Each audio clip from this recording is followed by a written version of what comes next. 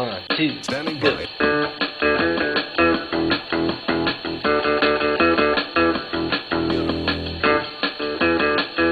You know it. Here we go.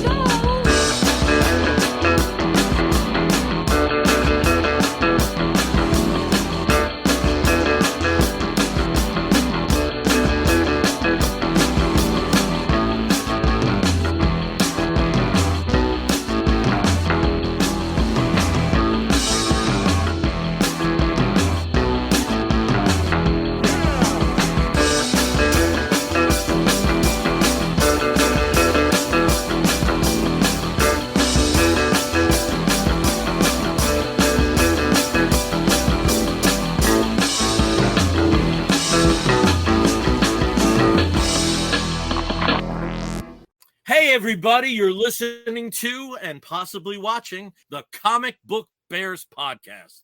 I'm Bill Zanowitz, I'm Steve Morey. And I'm Caleb Alexander McKenzie. and we are your hairy, heavy homos that talk about comic books, but you don't have to be a hairy, heavy homo to listen in, or as I said, possibly stream in. And we're joining you again for some comic book talk. We hope from this episode to get back on our bi-weekly schedule. It's been a little hazy and weird and disjointed, but I think we're back on track, guys. I really do. How you guys been? Did you have a good Halloween? You have a spooky Halloween? Spooky Halloween. Spooky Halloween? Yeah, I mean, we never get any trick or treaters, so we don't bother buying candy. I know you I have stopped counting at 55. Yeah, I'll let you know that. which it is what it is, right? For us, we're set back. We're a scary house way back, and we have our lights off. So, The creepy cabin. You're the creepy cabin in the woods with the bearded gaze. I guess. I mean, we are set really far back from the road, so when it's dark, it is what it is. We watched for the final spooky movie, spooky Halloween movie, because I was doing the daily, the 31 movies of Halloween. Yeah. We watched Little Evil on Netflix, and it was hilarious. A lot of just a play on the Omen movie series. Yeah. Devil, evil child, and stepfather kind of doesn't know what's going on. Yeah, it was a lot of fun. But yeah, that was our Halloween. Jason, I picked Jason up from the airport at 5:00, and because he just got back from Colorado, and we came home, had dinner, and watched a movie. Halloween. Well, so Roger and I's Halloween was really on Saturday night. So we, our friend Kathy, who her birthday is the 29th, I believe.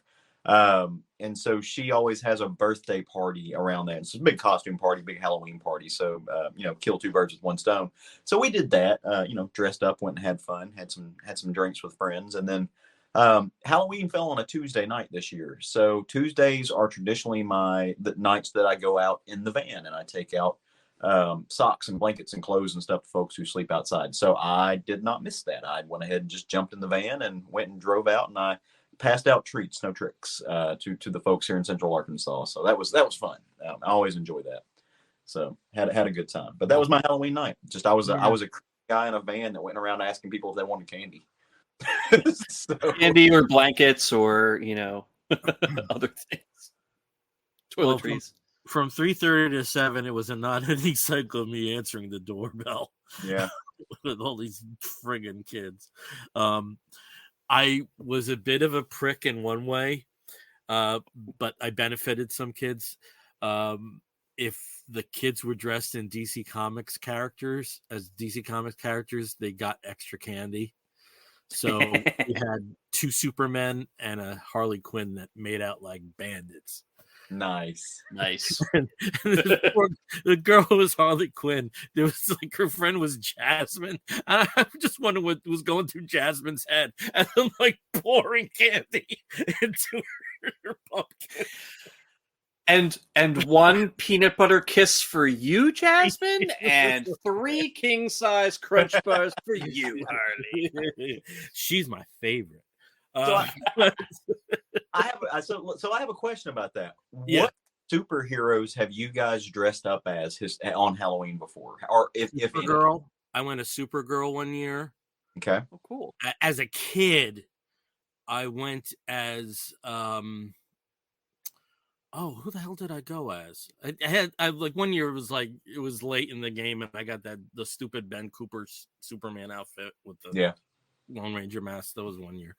But there was another year where there was a group of us, and it wasn't as, we were all going as TV characters, and it's superhero Jason. I went as Steve Austin, the $6 Million Man. Oh, nice. As a kid, and just like somewhere my mother found like that, that red and white jumpsuit that's in the credits. It looked a lot like it, so it was like, here's a costume. Did you bring a tape recorder and just go every time you walked up to the door? Yeah, and my neighbor Ariadne Alexudis went as Jamie Summers. Oh, that's cool. Yeah. We had a Wonder Woman. We had a Hulk.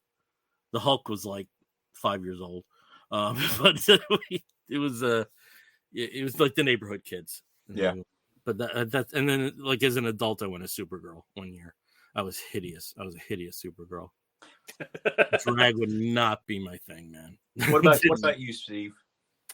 So in the 80s, I was one of those kids that would always get, or most of the time would get those weird sort of like plasticky smock kind of costumes where you'd have like the mask and then like put on like a plastic, like a vinyl onesie.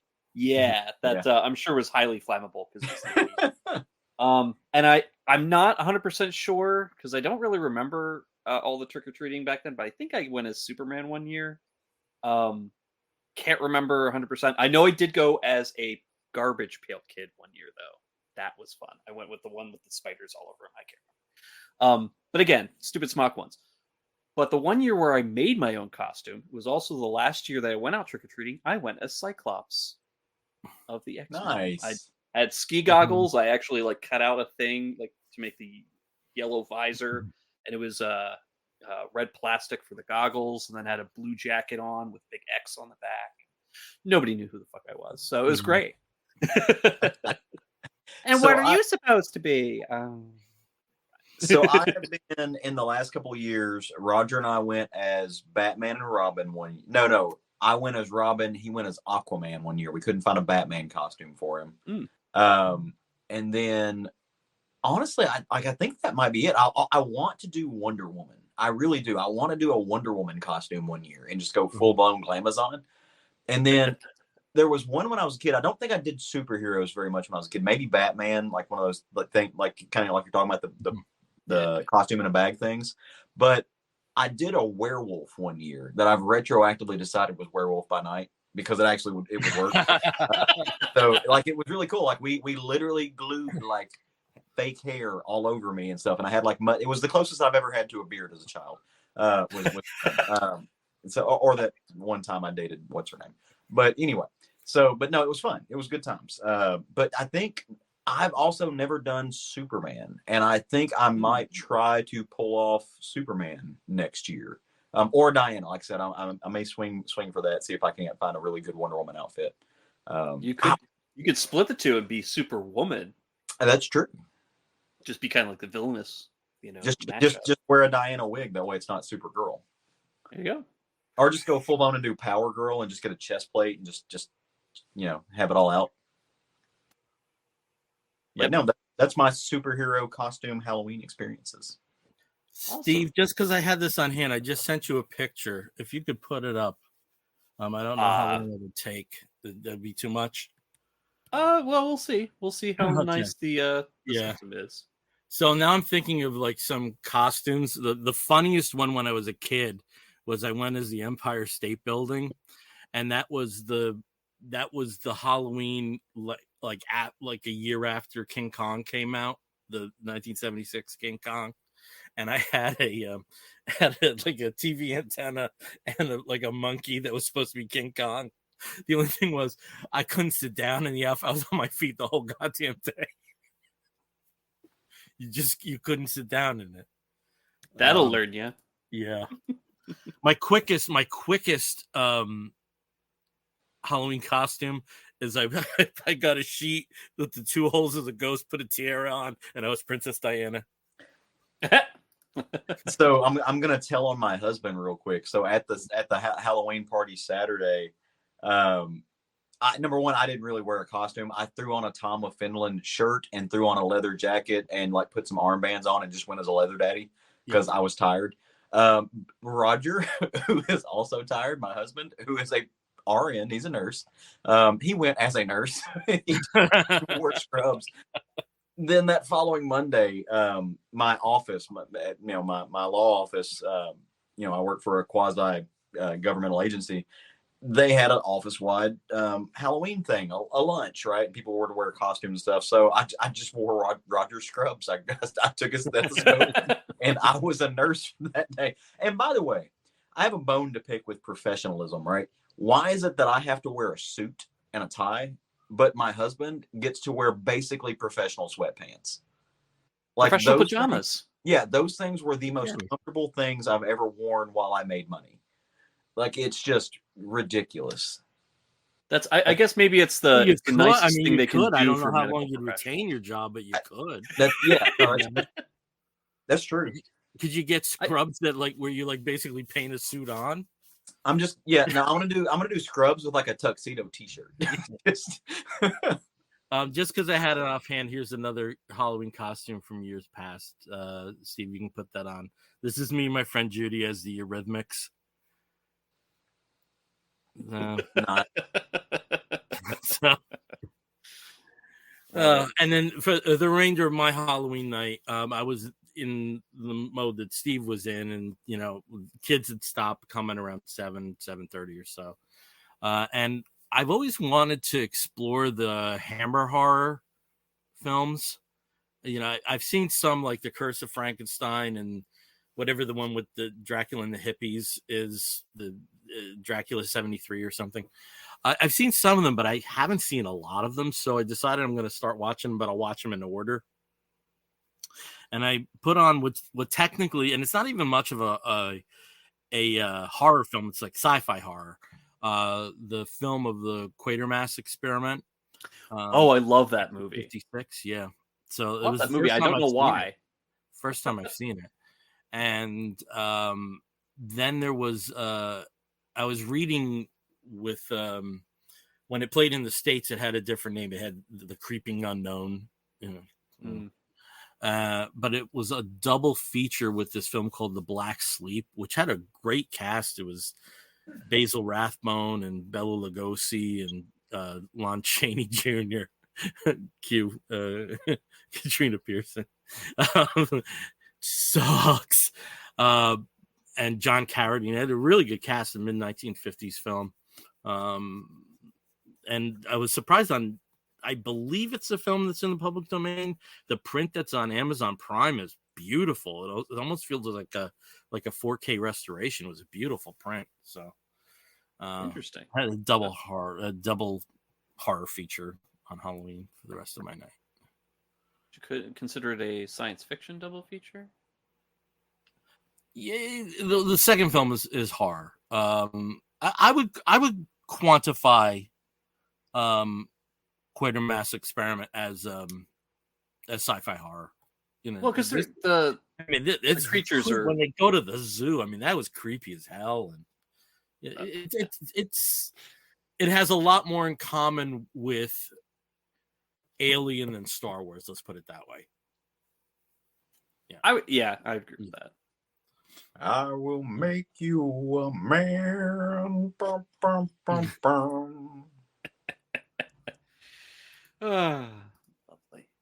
Well, awesome. I mean, I think next year I'm going to do the same thing with the 31 Days of Halloween. I mean, my husband basically almost killed me with it because, that's kind of like the evenings are kind of like our, hanging out time. And he's not a big horror movie fan. So like a lot of times I'm like, okay, you have to leave the room because I'm watching a bloody movie. Or we had to find something that we both would enjoy. So next year it's probably not going to work out too well because I've decided I'm going to start doing themes. So I might do all of Friday 13th, all of the Nightmares, the remakes, and maybe all of Halloween. Just get the massive franchises every day. And none of those Jason would want to watch. Oh, damn. Did that thing hit? the 90s version of the horror film, the long ass? So the pre-orders did go Uh-huh. out. I'm not sure if the actual film is available. I know the pre-orders were going out. We should probably give the name of the film here. In Search of, but it's the 90s. No, So like not the original In Search of Darkness, was yeah. parts 1, 2, and 3 were all about the horror movies in the 80s. Yeah. Whereas now it's In Search of, I guess it's still In Search of Darkness, but it's In Search of Darkness, the 90s, and it's the first part, so it's 90 to 94. So I'm really excited about that because people, they were talking about it as like the lost decade of horror, but I mean, during the 90s, there was a lot of interesting horror. I don't think that's necessarily inaccurate. I mean, because when you think of classic horror films from the 90s, it's a short list. You know, I would say maybe yes Scream for is big up names. there. Yeah. Yes for big names, but the 90s was also, that's when I was hitting up all the Full Moon Entertainment stuff, like all the Puppet Masters and the subspecies that were, you know, after the. Well, it was also the decade of the direct-to-video. Yeah, and a lot of those. Was Hellraiser 90s or was that 80s? Hellraiser started in the 80s, and then 3, I think, was the first one, was in the 90s. Okay. What about Species and that kind of stuff? Was that 90s or before? What was? Which one? Species. Species was also 90s. Yeah, that was like 96 or something, 95, 96. So yeah, I mean, I'm trying to think of movies that I remember watching or like that were in that era because it was a weird era, right? Because people were kind of slowly starting to get away from practical effects, but digital wasn't where it needed to be. So you just get a lot of weird schlock, like nonsense and like weird digital stuff that just doesn't look great. In hindsight, it just didn't age well. Well, so. I think you also had some experimentation too, because I mean, people can shit on Alien 3 all they want. I actually love the fact that it is a David Fincher film, and it makes it really unique, you know. And then, of course, Alien 4 Resurrection. I mean, that was. Yeah. I mean, Janae, like to a horror sci-fi. I'm going to make an admission. I fell asleep at Alien 3. Oh, okay. Dead asleep. So it's, you know what? It's not for everybody. Actually, the film I thought was the scariest film of the 90s is a science fiction film, or wherever it lands. Fire in the Sky. That is a scary, when you get to the point where something happens, not to spoil it for people. It's like 20 minutes of like unmitigated horror as far as I'm concerned, of that being the unknown. I feel like if a movie or a book or any other pop culture reference was made in a year that started with the numbers 1 and 9, you get to spoil it. It's okay. It's okay to spoil that at this point. Okay, Black Ship the Dude. Years. All right.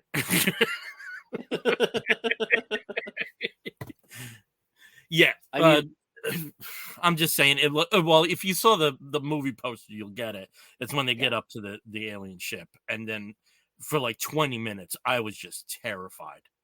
Yeah, of that whole sequence. Yeah. And then I got out. I saw that movie in a theater that was just off of Times Square in New York City, and I get outside, and it's like 10, like 10-ish. 10 p.m.-ish, and there's nobody on the street, and that freaked me out too. Yeah. Nobody. Oh my God, that was the weirdest night. Let's keep the train rolling. I like this. So Bill, you said that was the scariest movies of the 90s. What is the scariest movie that you have seen? Like what would you say is your top, like hairs on the back of the neck standing up? What is, and same for you, Steve, like what is your favorite scary, what is the most scary movie? It's not so much for the scares in the film, but for the general tone of it. There's a movie from the early 70s called Let's Scare Jessica to Death, and that it has that like 70s like creepy kind of washed out filter that even like the commercial comedies were using for like Veritas. There's just an overwhelming creepiness to that. The scariest film, Audition, I think, is what I had to go through. It's a Japanese horror film, and I had to go Yeah. through 2 attempts to get through it. I was so like freaked out by it. I would say Audition is the one that's genuinely some creepy shit. Interesting. Yeah. And then another scene, like it's a terrible film as far as I'm concerned because it's like such shit acting and just you have to say that this isn't realistic, but no people would ever act the way that they do. But Cloverfield, when they go on the subway and there's the equivalents of fleas that are like I don't have to see that again. That was really that's the way I feel about most found footage movies. I don't need to see that again. There's one really good one. If you ever want to give one a shot, which is better than most, Grave Encounters. I've heard of that. Yeah, it's actually it's tongue in cheek where it needs to be. Yeah, and then it takes a turn and it has the perfect vibe. The sequel sucks, but the first Grave Encounters I think is definitely worth it. I actually like found footage films. Yeah. Caleb, give VHS 85, which is the latest one that they came out with, the VHS series where it's all sort of like anthologies on different videotapes. Okay. VHS 85. That's the one that premiered on Shudder. Yeah, it just came out last month. It's really well done. Okay. They do a really fun job kind of playing with the whole idea of 1980s grainy video on it, but I thought it was really good. Not super scary, but I think really creative and really well done. There's a connected story in 2 parts that absolutely hands down equal parts funny, inventive, and cool. Anyway, so for my scariest movie, the original Dawn of the Dead. Okay. Little Max Marrero. And all it takes is the first 5 minutes. That's it. If you went into this movie cold, didn't know what you're watching, the first 5 minutes would leave you just absolutely shaking. And they don't even show one zombie in the first 5 minutes. It's just all suspense based. Yeah. Okay. Yeah. So that alone is just scary, like true fear to me. Suspiria is the other one, the original Suspiria, for the music and the tones. I love Suspiria so much. Murder never looks so beautiful. I mean, talk about like, unrealistic actions and, actors with bizarre motivations. That's perfect. But yeah, I mean, that one for tone, perfect, like full fear all throughout. But yeah, I mean, that's kind of like Suspiria is the kind of movie. It's just as creepy when nothing scary is happening. Yeah, right. The interstitials, they're like you said, Steve. Like these are some really warped people. Yeah. Well, and the Goblin soundtrack. I was going to say in Suspiria, the background noise, that kind of fractic music that they use, the sound that they use, that makes those even dead moments just terrifying. Argento. And when I first saw it, I actually first saw it in a movie theater. Cinema du Parc up in Montreal actually had a series of like old movies that they would show all throughout the month. Like it wasn't like a special thing usually, but they did. They found an original print of Suspiria, and so it was the first time I actually saw it. And when you have like modern speakers playing that music, your eardrums explode, but it all works. So that clanging, especially like every time that something was going to happen, or like the chamber of barbed wire when she's like trying to claw, that one girl is trying to claw herself out of the chamber of barbed wire, you hear that like that at 5,000 decibels will cause your nose and ears and eyes to bleed, but it gets the job done. Okay, so you heard from us, Caleb. How about you? Yeah. So I got a top 3, right? So the scariest movie I've ever seen, hands down, is the original Max Schreck Nosferatu, the silent film.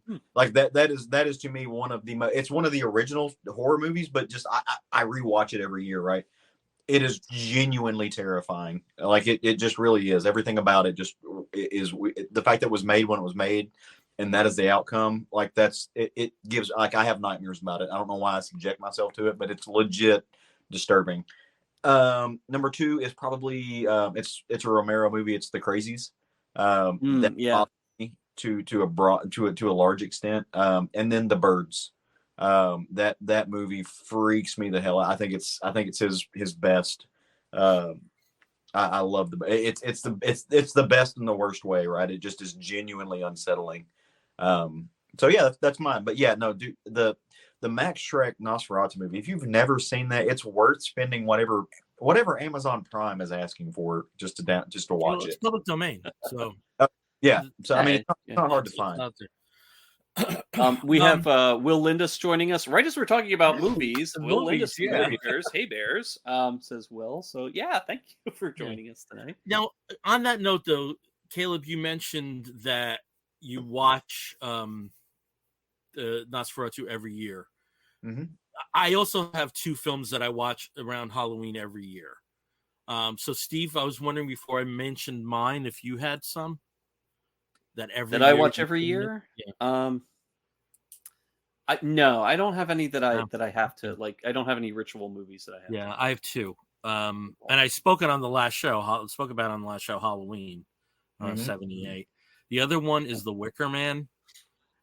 Oh yeah, I always have to put that in at some point, almost from the point like I'm going to see something new that I didn't see the time before, because it is, a visually loaded film, and it maintains its surreal quality. I can watch it 50 times and still feel like I'm looking at a parallel universe. So.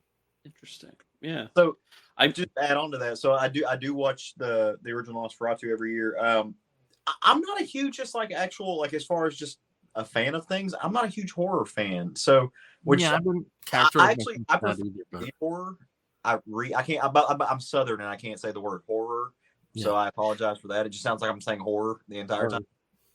All these horror movies. Yeah, I prefer to read my horror than watch it. But we also, in a very cliche fashion, we watch Rocky Horror, and we usually watch Hocus Pocus every year. Just funny, comical stuff like that. I also still watch Babes in Toyland at Christmas. Like I like that era of film, kind of just kitsch film. A quiche film. That sounds good. Quiche film. Film about quiches. Yeah, it's my kitsch. Will ask us again, are y'all reading any horror comics in the spirit of the season? I've been reading them all year. Will. I didn't. I've just been John, our good friend John Runyon over at Comic Book Look.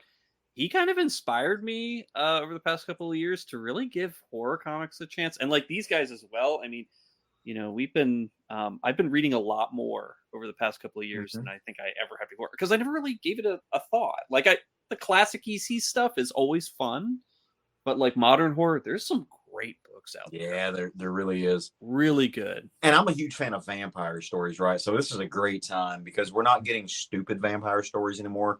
Like Philadelphia has been amazing. We're getting that whole horror verse out of that. So it's good stuff. All right. Yeah.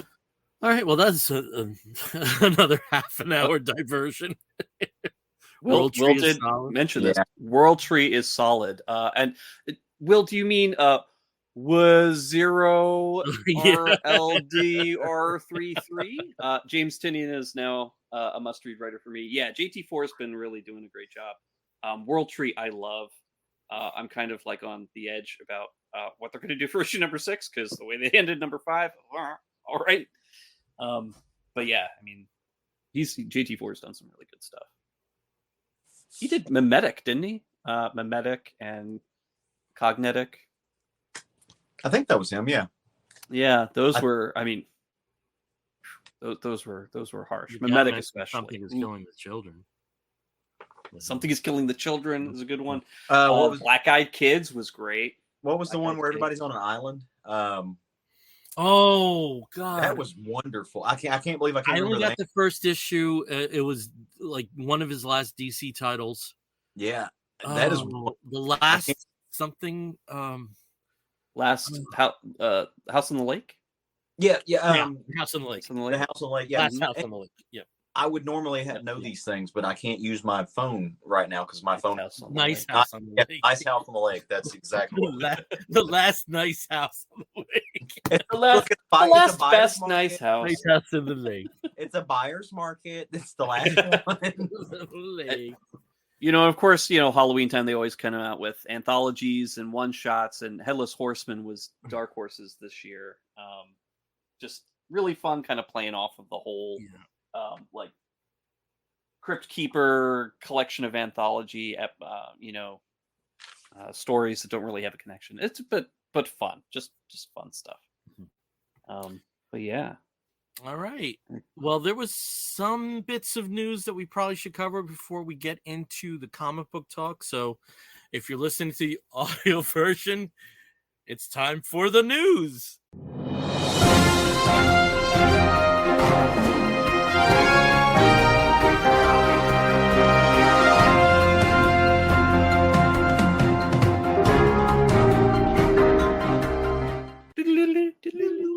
Okay. All right, Steve, take us to I'm not taking part in this. I have nothing to do Not with taking part at all. That's just silly. Well, you're like so a perfect anchorman drinking on. He's what's going on? Caleb's over here in the Playboy apartment, you know, with the martini. Sammy Davis Jr. is going to be stopping by later, and then here I am with my plastic cup, making news noises. Anyway, so one of the big things, and this actually is brand new, as in today, Thursday, the 2nd of November. DC announced that they're going to be putting out new editions of a lot of their most popular trades and graphic novels, primarily the trades, collected editions, and they're calling them the DC Compact comic collections. So these are actually going to be a smaller format, single, you know, I think it's an 8.5 by 5 and 5.5. You know, like manga size. Yeah, basically, yeah, manga size, and specifically to kind of capture that that market of people who like to have something that's easy to carry around, that's not a huge thing, because you know, graphic novels and trades are all shapes and sizes. You know, sometimes I know some of the publishers try to make a uniform decision about what they're putting out, but a lot of times not always. And especially with these editions, these particular books they've decided to put out this way, they've been published in all sorts of sizes and formats over the past, you know, 20 some years, 30 some years in case a few of them. But you know, they're putting out a lot of their really popular ones, their bestsellers, but also some that they are really pushing and promoting. And this doesn't just go with the standard DC titles, but also Young Animal is involved in that. You've also got some Black Label stuff, which is pretty cool. So, of course, the titles to start off: Watchmen, always a bestseller, is always on somebody's top selling list. It's the best. Watchmen's going to be. So. Oh, what'd you say? Cut out, Caleb. Do what? You cut out. Oh, I said, yeah, it's the best comic ever made. So it's, yeah, that. Sure. Far Sector, which is probably one of the newer ones that's on this list. So J.K. Jemisin, yeah. Jemisin. And All-Star Superman, of course, because we are going to be getting a version of that, or a possible version of that, in the new DC cinematic universe. Trail of the Catwoman. Batman Hush, of course, is, again, one of those top selling stories. The Trail of Batman. Was that the Brubaker? Hush? No, Trail of Cap. I'm not entirely sure of that. Darwin Cook. Okay. Darwin Cook. That's right. Court of Owls. Wonder Woman Earth 1 is going to be on there. American Vampire. Scott Snyder's American Vampire, the first volume, is going to be on there. Mm-hmm. Azzarello and Bermejo's Joker, that just came out, I think, last year. As well as the Harley Quinn Gotham City. That came out much. I think you're thinking of something else. That came out years ago. Wasn't there a Bermejo one that? Yeah, the one the Bermejo back Yeah, that was Batman. Oh, that's what I'm thinking of. Okay, yeah. No, yeah. So this Joker, this is the okay. Yeah, it's fantastic. Shout out to Craig who made me read that, and it's wonderful. Well, of course, now you can get it in a new edition that's going to be smaller. And the great thing about this, the price point is the same for all of them, $9.99. Yeah. So it's to encourage new readers, to encourage readers like me or you who haven't read some of these, maybe, to kind of give them a shot. And again, they're all going to be the same standard format. In other words, pissing everybody off who's had like every other format version. Well, that's that's the dumbest argument in the world, because people have triple and quadruple dipped for 35 years. We have like 2 or 3 copies of Watchmen. So just shut the fuck up. One place I think those are going to do really well: airports. Yeah. Hopefully, they make sure to sell them at airports. Really well in airports. Yeah. Yeah. If you're watching this, I was making a face, right? Like, these books were not drawn with that size format in mind. I mean, obviously they're drawn on larger Bristol board, and then they know they're going to be reduced. But like, manga works because those artists know that the what they're drawing is going to be reduced to that size. It works for that size, right? You can do books like that are comic strips, but like imagine Walt Simonson Thor reduced to that size. Like, you're losing so much. Yeah, but right? at the same token, have you ever looked at some of the European sizes? Yeah. So, and that's been going on since the 60s, with reduced size. So I don't think, and I also think this is going to be a fairly nuanced reader. And I don't think they're going to be under any impression that this was the way it was originally intended, just that it's in a convenient form. Yeah. Yeah. Now, and I think out of a lot of their publishing initiatives that haven't generated a puddle jump, I think something like this would be like, oh, there's only one Batman title in this series, in this compact series, but I go over to the graphic novel section and it's 2/3 of the first first shelf. I think that's I think it's a good selling mechanism. I do. I think it is. Mm-hmm. Yeah. So, and the price point, and the price point's beautiful. Oh, the price point's beautiful. Like, that part's like, you're getting this for almost like 2 times the price of a standard like 32-page floppy comic at this point. Yeah. $3.99 to $4.99 is pretty standard at this point. Yeah. But yeah, no, I think it'll be good. Hopefully it does sell well, and hopefully it gets people, who don't normally read comics or graphic novels to at least give them a shot. Hopefully find something they like. Yeah. But also sticking with DC, there was one other bit of news over the past couple of weeks, and that is the departure of Pam Lifford, which she came in just a couple years ago. Was it 5 years ago? Maybe even less than that. I feel like it was pre-pandemic. Yeah, it was about that time. Yeah. And she basically, she became the Warner Brothers Consumer Product and Franchise Group Division head. So she was running that part of DC, or part of WB, in which DC kind of falls under that. Mm-hmm. She made some interesting decisions, and also some of the, I would say conflicts within the DC group kind of happened under her watch too. So, obviously, DiDio was canned under that. There was the famous Batman, speaking of the Bermejo Batman, Batwang situation that happened that was kind of, I guess, marred the launch of the Black Label imprint. But then also DC lost their comic booth at SDCC, which was a really big thing. It was combined, I think, at that point with the Warner Brothers booth, so they didn't have their own singular presence at SDCC like they had for decades. So, so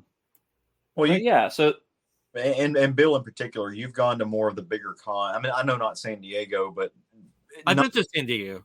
Yeah, not. Yeah. Oh no, I mean regular. right? Yeah, Like, yeah. But what I was going to say is not seeing or not hearing about DC or the big two, right? Having a presence at things like San Diego or at New York Comic Con, which is mainly what I'm referencing. Like that just feels weird to me still, and I know Yeah. it's a thing, but I think with New York Comic Con, it's a little different because of the sheer cost of having. I mean, San Diego's there too now, but Yeah.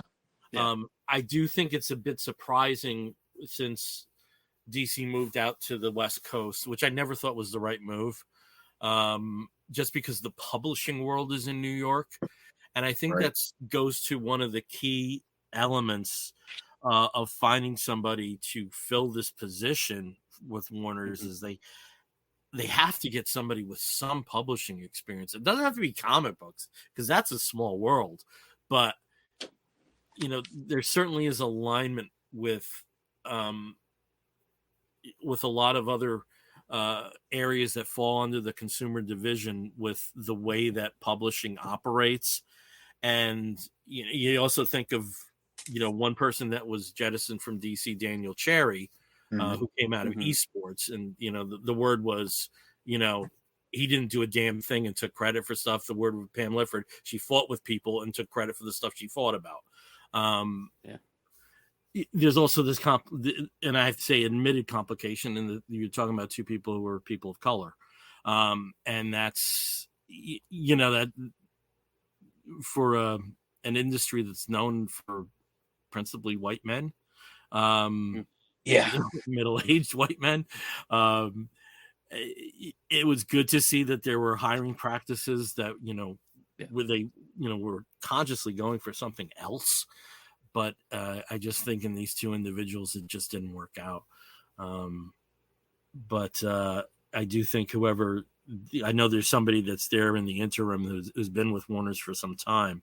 Who's got a last name I'm not even going to try to pronounce. Oberschelp. Okay. Robert Oberschelp. Good on you there, son. But yes, I do think anybody that's in that position has to have some knowledge of the publishing world because if only as R&D for Warner Brothers, DC is incredibly valuable. The thing is, for most of DC's existence from Jeanette Kahn on, they've made profits. Marvel couldn't always say that. DC almost always operated in the blue. And they know what sells. There's a reason why, even in the past 15 years, there's been, 15 Batman books published at a time. They're going to make money. So, yeah. But I think more with DC, I think that they led the way in the trades, in the 90s. No, you could rely on them far more than Marvel. And I mean, Image's trades were non-existent in the 90s. Mm-hmm. They really missed a big opportunity there, I think. Well, I mean, they had enough trouble getting their single issues out. Yeah. Let alone a collected trade. But I'm sure that given the restructuring of the film division and everything that's coming under James Gunn, it would be nice if there's I wouldn't want to say direct cohesion with the publishing unit, but at least in terms of feel that there's a lot more alignment, which I do think there is to Marvel to some extent. But I think continuities aren't the same, but there are certain Marvel books that feel like you're not gonna have people scratching their heads if they came from the MCU into it. Yeah, but to that point, and I take that point, Bill. I think it's an important one. I think that when Marvel does it, it's primarily retrospective. It's retroactive, right? So they will it's not this big metaverse where they've done a really good job of look, we're going to have something in a film and we're going to have something on TV and it's all going to play together. Streaming ties into this, which ties into that, right? And they can do that with comics. They could loop that into it, but with Marvel, they're like, okay, this version of Loki did a really good job. Let's put this version of Loki in the comics, right? Like this version of Captain America is popular, so let's retroactively make it the Chris's let's make it those characters, and they do it retroactively versus what I would love for them to do. And I don't know how intricate. I'm obviously not in that world. I don't know how it would work, but it would be very meta to have the monthly comics like fill in a story between film and whatever streaming episodic television thing. Yeah, my only worry with that is that would be its only purpose after a point, and that's not a good road to go down. No, it's not, but it's also I could see that happening. I could too, but I also loathe the idea that these are just IP factories, right? Like I don't like that at all. I mean, we're going to be talking about the MCU very, very shortly, but I think if you take a look at what Disney is doing with the Star Wars media, mm-hmm. everything ties in together, and they made that choice, obviously, to jettison anything that wasn't what they considered the new canon. But they are starting to slowly bring back in legends. But that's affecting the books that are out. That's affecting the comics. That's affecting the shows, eventual movies, whenever those start coming back. But like all of that is connected and all being made part of canon. So something you read in the comics, you can read more of it in the prose books. You can see echoes of that, or even direct, maybe characters from those in the shows that are coming up. So I think with Star Wars, they're probably, I mean, I would say they do the interconnected work between the different media pretty well now. And Star Wars, Marvel, Star Wars has always been good at that. I would actually argue that Star Trek has been even better at that. Oh yeah, Star Trek is wonderful at looping in literature, the literary element into its broader filmography. It's wonderful that way. Yeah. But going back to the MCU, I mean, one of the things that was a considerable failure was the idea of the Inhumans being pushed because they didn't have access or didn't have the rights in the film, in their film division to use the X-Men. So it's like, well, we got to find something else that just generates powered characters. So let's push this Inhuman thing. So they pushed it in. They pushed it on TV with Agents of S.H.I.E.L.D. They tried to push it with the Inhumans themselves, and then of course they then put that back in the comics. So in the comics, you had a ton of characters that were being created as Inhumans. You had some retconning about changing mutants into Inhumans just so that they could justify using them in that way. And that didn't work at all. That was a failure. You have some great characters out of that, I'm sure. I mean, Miss Marvel, 100%. Now we're the biggest names out of that. Yeah. Now it's the reverse. Now she's a mutant. Yeah. Which was something that happened in the show and then carried back over into the comics. Now saying like, oh well, we made her a mutant in the show, so this is a kind of a way to get mutants into the film universe, into the MCU. Let's see if we can't connect that back to the comics and make her a mutant there too. Very different way, obviously, completely different way, different way of utilizing that. But I mean, they're trying a lot of things, so we'll see. But there was a recent retreat, wasn't there, Bill? That they and it was reported. It's a bit of a misleading article in Variety because the title is Crisis at Marvel. But Crisis happens at DC, guys. Yeah, Crisis is only for DC. But apparently for years, Kevin Feige has been leading an annual retreat. This year was at Palm Springs. I could stand that. In the past few years, there was, basically a cockiness about these annual retreats, and for the first time the reporting was that this was pretty angst-ridden.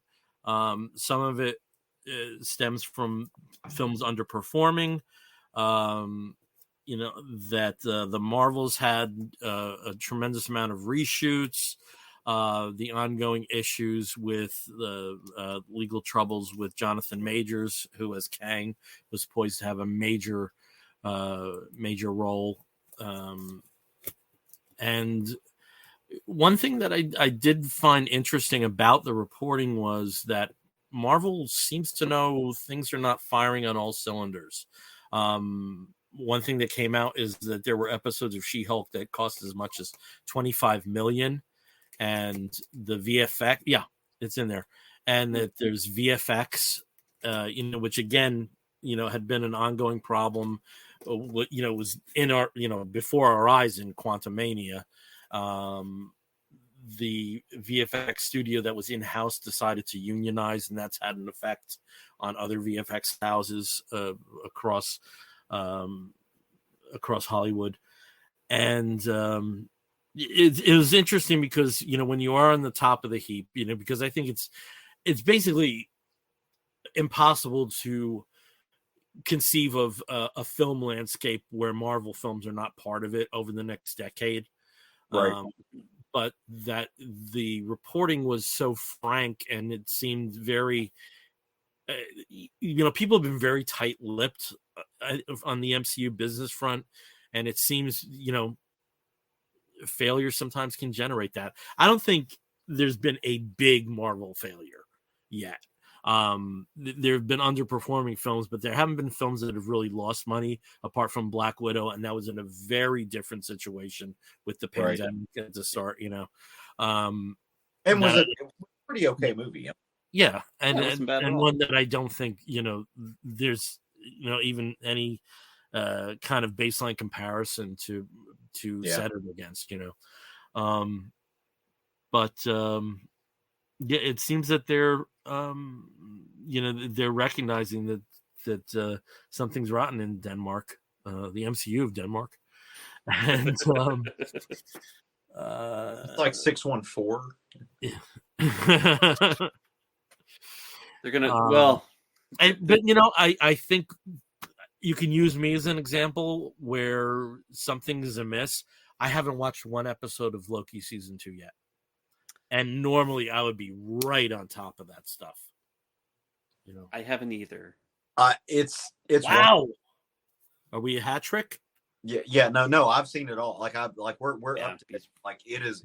I actually really like this. Right. Yeah. I think it is cerebral. I think I hate time travel, so I am I'm kind of wired not to like this, but I think it's really well done. The acting is top notch. I like what they're doing in the story. I know Jonathan Majors has trouble, right? And there's some things in the air about whether, what kind of person he is and some of the things he's done.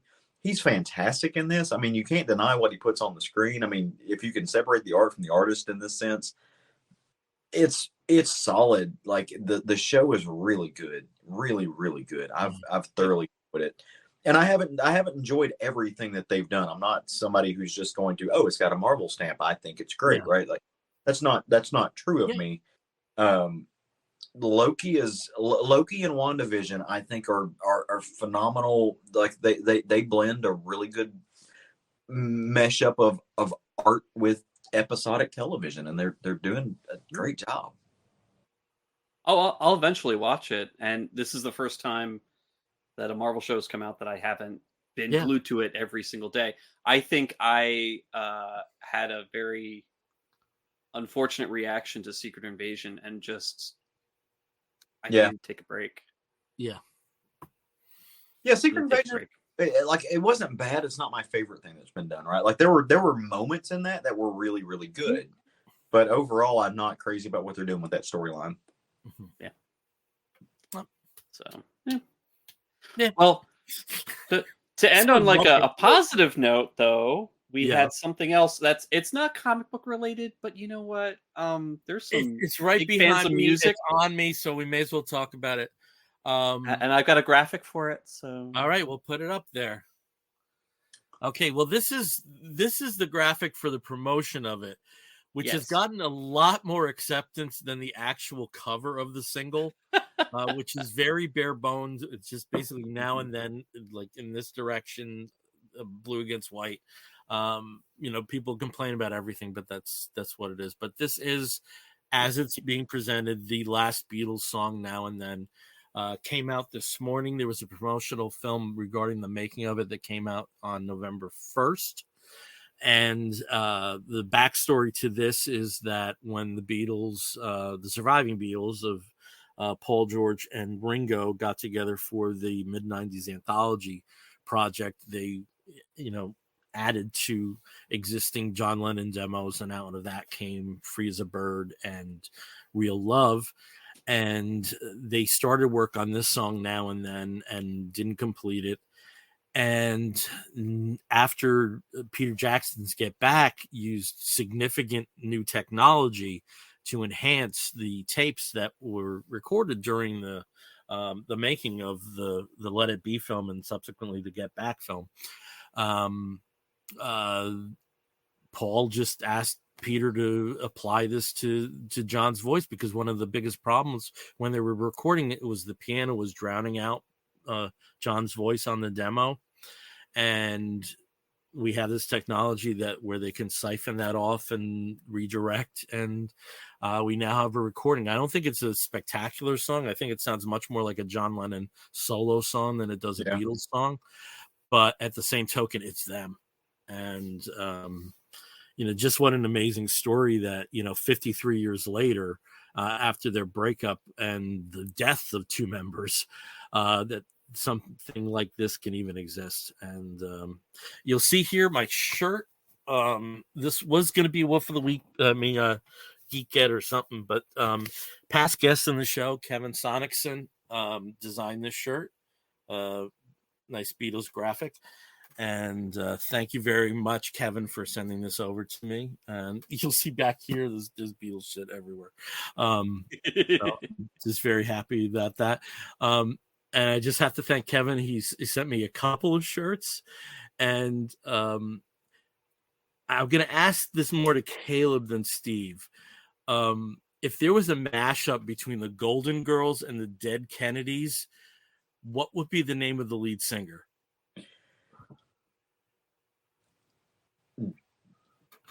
Oh, damn it, Dorothy.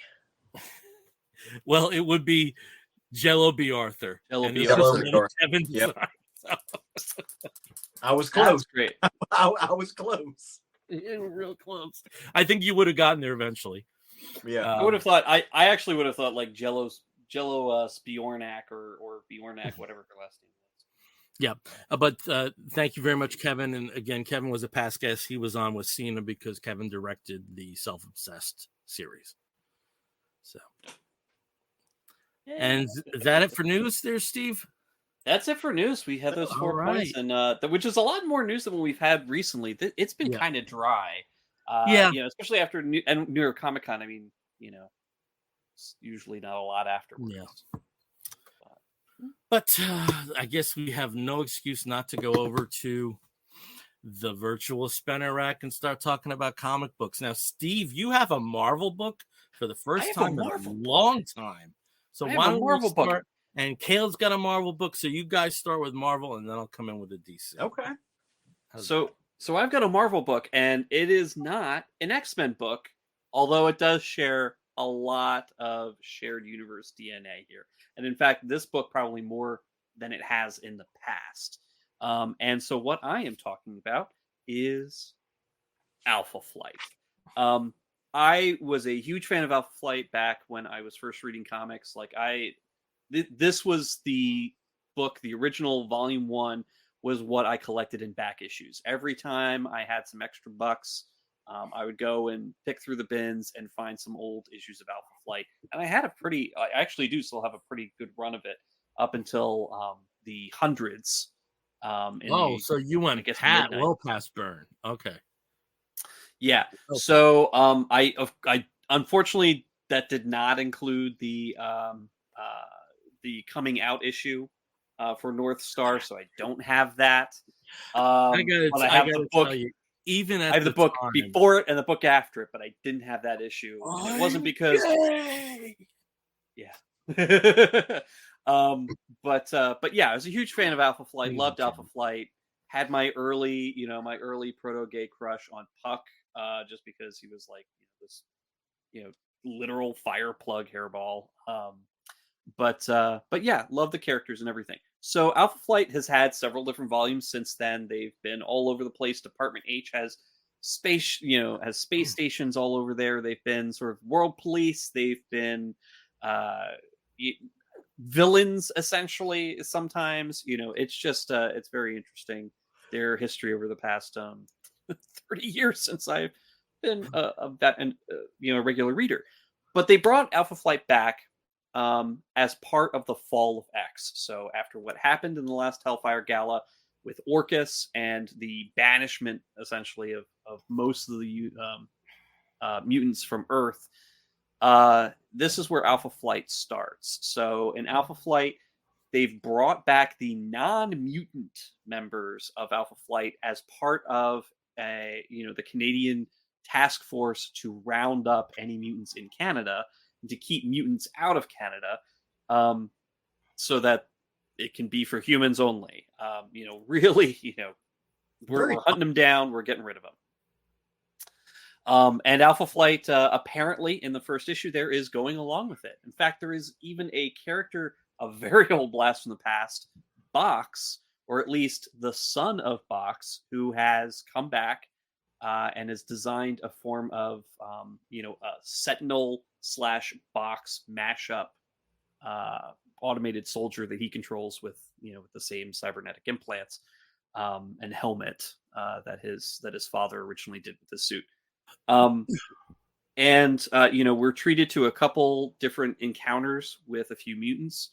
A new one named Argent that is in, I believe he ends up in Saskatchewan, getting attacked, and Alpha Flight is, of course, trying to bring him in to, I don't know, deport him somehow or put him in prison. And who should appear but North Star, Aurora, Dakin, who's now going by Fang, and Nemesis, who people have not seen in many, many years.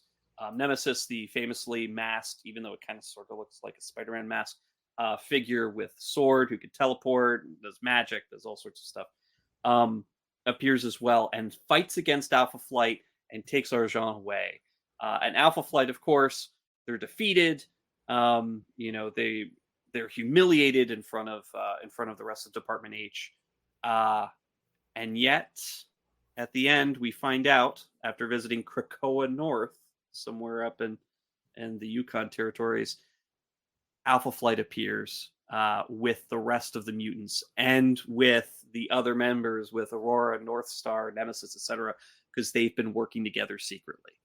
So Alpha Flight is putting on this performance of being this big mutant hunting Canadian protectorate, protection group, but there's also secretly trying to find mutants in Canada to get them together, to get them all off world. And they're not going to Mars because Mars is in the middle of a civil war.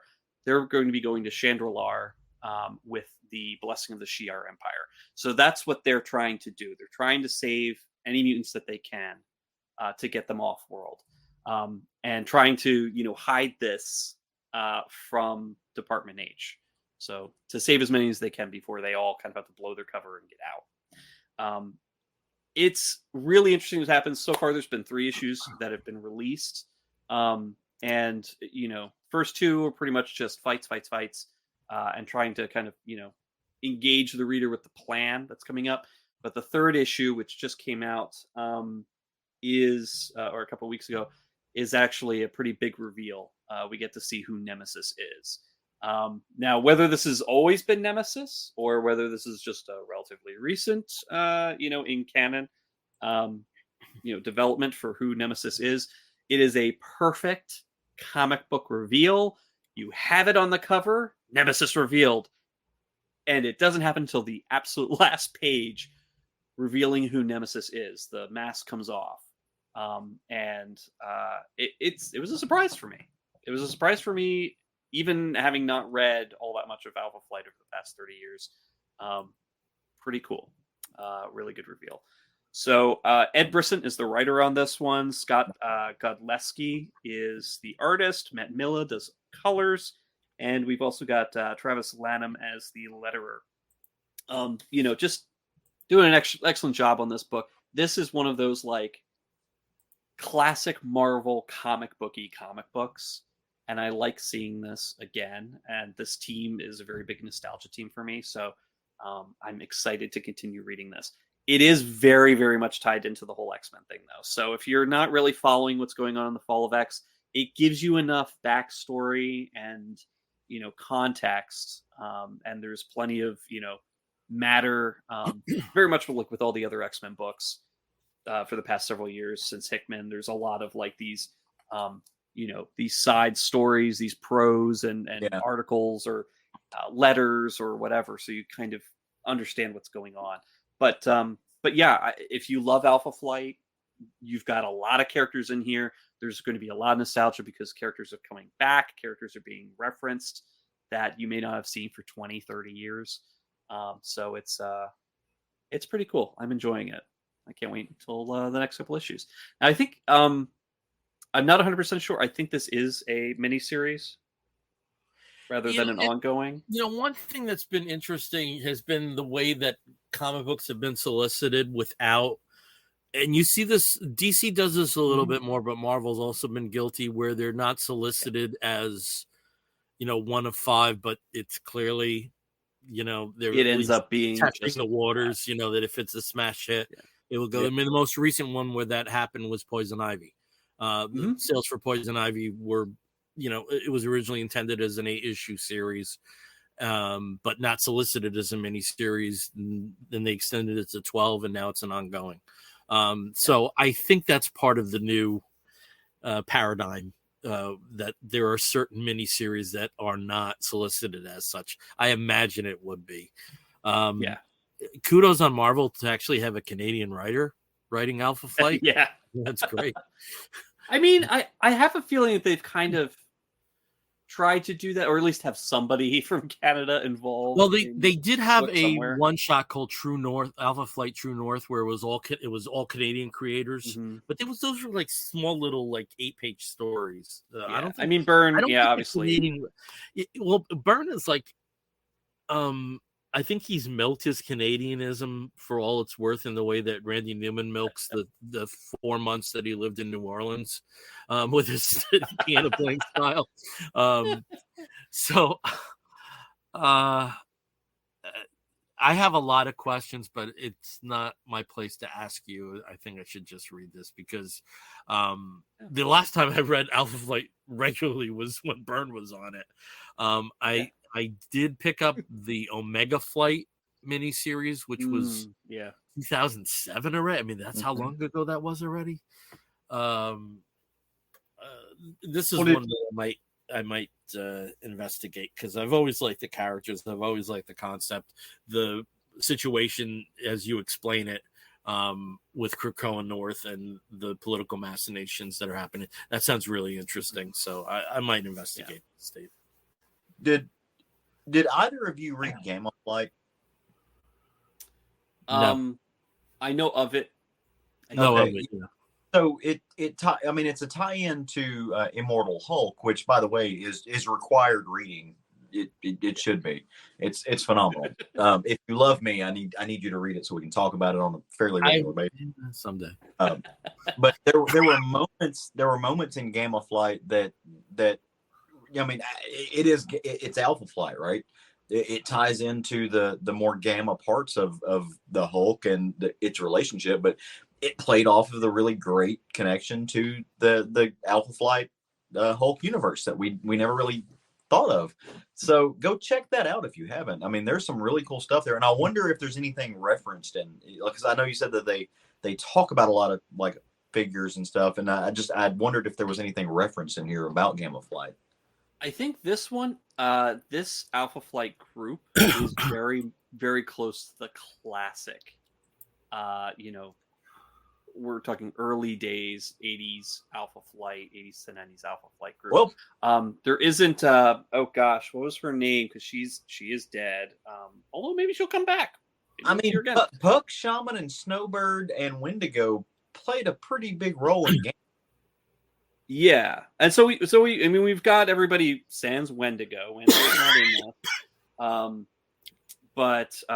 there. We have seen some of the other characters, some of the former Alpha Flight characters have shown up in other books, like Fallen Angels and Not Marauders. What's the other one I'm thinking of? That had Psylocke kind of leading the group. Sinister's Sinister's Gang. What was it called? Oh, it was because it had Wild Child. Yeah, had Wild Child in it. Yep. Not X-Force. It is. Dang it. It wasn't Marauders. It wasn't Marauders, and it wasn't X-Force. Figure it out later. Yeah. For a team that's kind of been known for resurrections, have we ever seen Marina back? No, that's who I was trying to remember. Marina, Yeah. who was there, one of the original members of Alpha Flight. I have not seen her anywhere. I think she went evil and then she got killed. And in the Avengers, she married Namor and became and went nuts. You know, that's basically it. She married Namor, became a snake, went nuts. Yep. So haven't seen her. She hasn't been mentioned here, but I mean, we've already got Box. We've got the second coming of Box. We've got North Star and Aurora. We've got the original, most of the original gang. A lot more of the original gang. But anyway, I don't want to spoil Hellions. But Hellions, that was the book. Hellions. Thank you, kid. Yeah. So you got Wild Child from that. Maybe he'll make a appearance here. Oh, she is alive. Yeah. Oh, Marina is? Yes, in Chaos War. Oh. Which is where a lot of them got revived. I'll have to read Chaos. I have digitally, I have I've got issues parts of it. War. Yeah. And I liked it. It was amazing just because I'm such a mark for Hercules that it kind of amazes me that I've never read it. I have it. Wait, are you talking about which Chaos War? Because there's been a modern kind of thing happening with Chaos War. No, I don't want to get into that. Okay. You're talking about the. I was talking about the event. All of the modern stuff. So. Yeah. But yeah, I loved it. I'd pick it up. Yeah. Pick up Alpha Flight. If you've ever enjoyed Alpha Flight, jump back on and read it here. Okay. I might do that. Very cool. We shall see. Well, all right, Caleb, tell us about your Marvel book. Yeah, sticking with the House of Ideas and also the reason for the season, so to speak. I grabbed a book, and all my books are going to be Halloween specials this week, right? The first one comes from Marvel.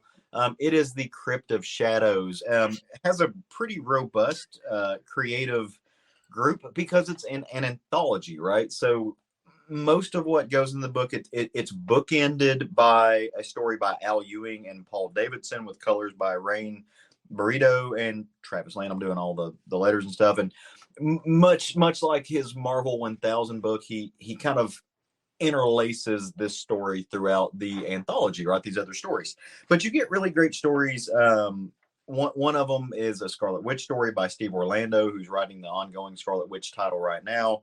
Paul Ezateta did the art, and Travis Lanham did the letters on that because he does letters on everything, and actually literally did everything in this book. So you get the Living Mummy story by Kevin Scott and Demaya Pramanak with Narij Minion doing the colors on that.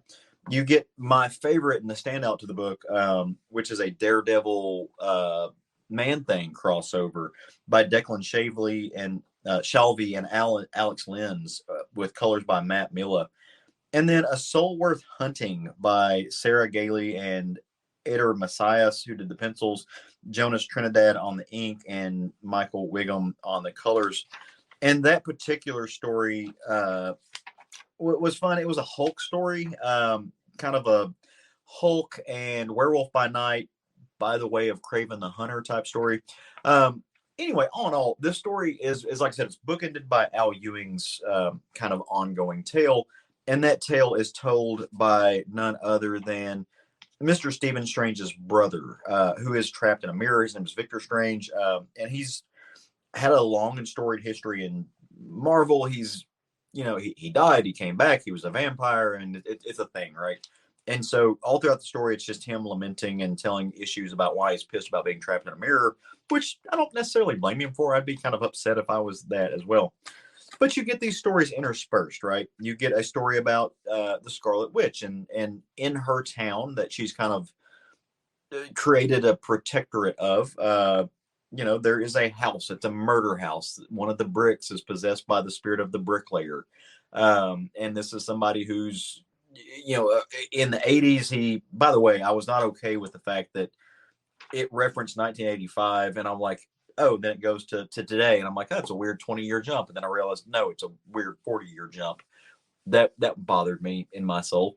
But anyway, the basically, story short, is the bricks are possessed in this, and as they have been interspersed as they were destroyed in the 80s, they've taken them to build other houses, and the spirit of the murder house lives on.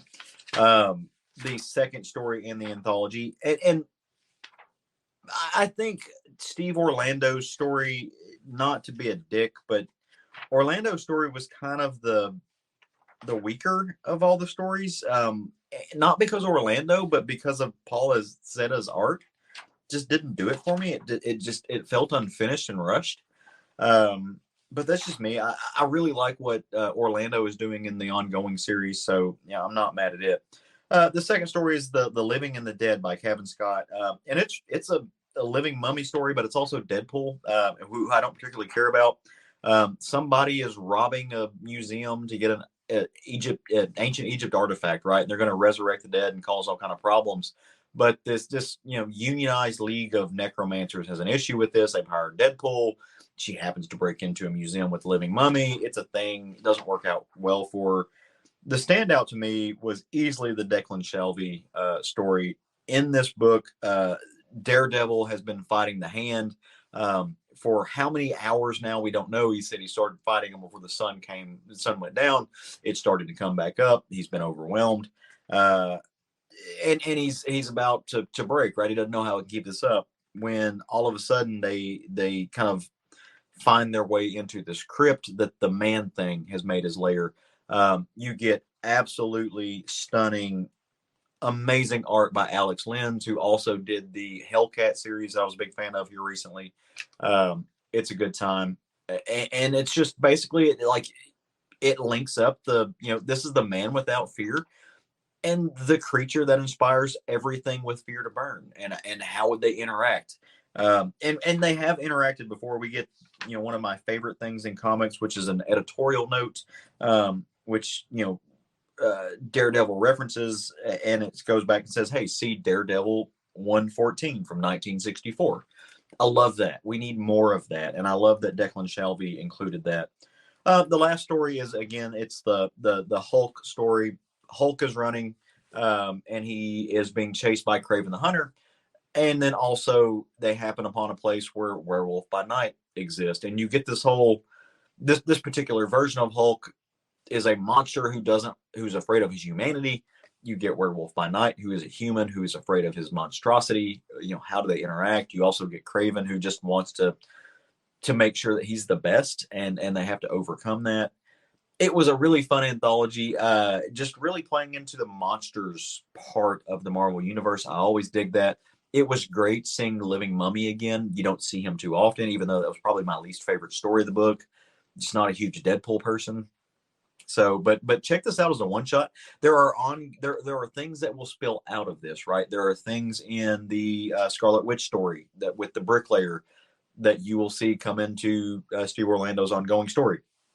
We're going to see something happen in Stephen Strange with Al Ewing's kind of focus on his brother, right? So it's a one shot in an anthology, yes, but it does play into the broader Marvel Comics universe at large. So worth picking up, worth checking out.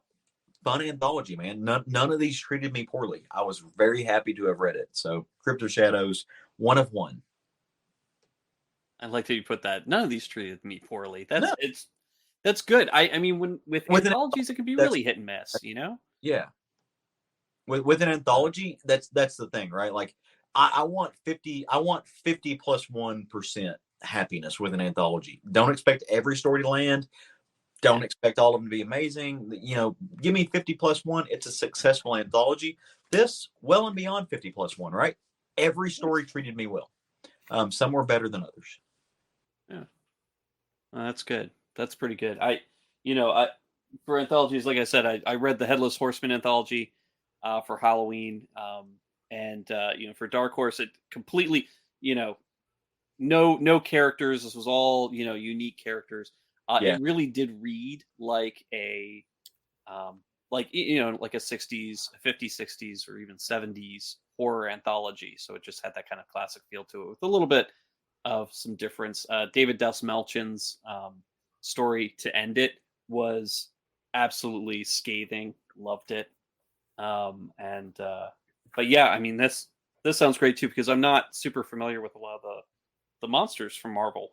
Yeah. Getting to see them, like the Living Mummy, I have no clue. But Werewolf by Night, yes, and Man Thing, yes. But yeah, I mean, this is pretty interesting. And the whole, cool. Check it out. I think you'll like it. Yeah. Alex Lenz, and again, shout out to that Man Thing story. Alex Lenz is amazing. Like, that dude artistically is a must buy. I will pick up everything Alex Lenz does. And I mean, if he draws a really good Man Thing, then he does. I always appreciate a well drawn Man Thing. Giant sized Man Thing. He loves us. He would not trade us for the world. Going to adapt it more to that paramedic face. Instead of that, just have to look at it, sigh, and shake your head slowly. Right. Was it badge? It's my EMT badge 502. Reading, Bill. Okay, Steve has a graphic to put up. I'm on the entire other side. I'm switching big two companies to DC. I'm moving away from horror and political machinations and teams with dead people on it. So I'm going over. Well, there was some formerly dead people here. And Steve, you can put up the graphic here. The first book I want to talk about is Jay Garrick, The Flash #1. If you've been following what's been going on in DC, there's a new Golden Age initiative. And we have a miniseries featuring the Wesley Dodds version of Sandman and a queer-themed miniseries with the Alan Scott Green Lantern, which we'll probably talk about in another show. You got them? Cool. Okay. Very nice to see. Power Girl comes into this. We had the Stargirl, The Lost Children miniseries, and of course the Justice Society of America that's being written by Jeff Johns with a issue coming out every 7 months.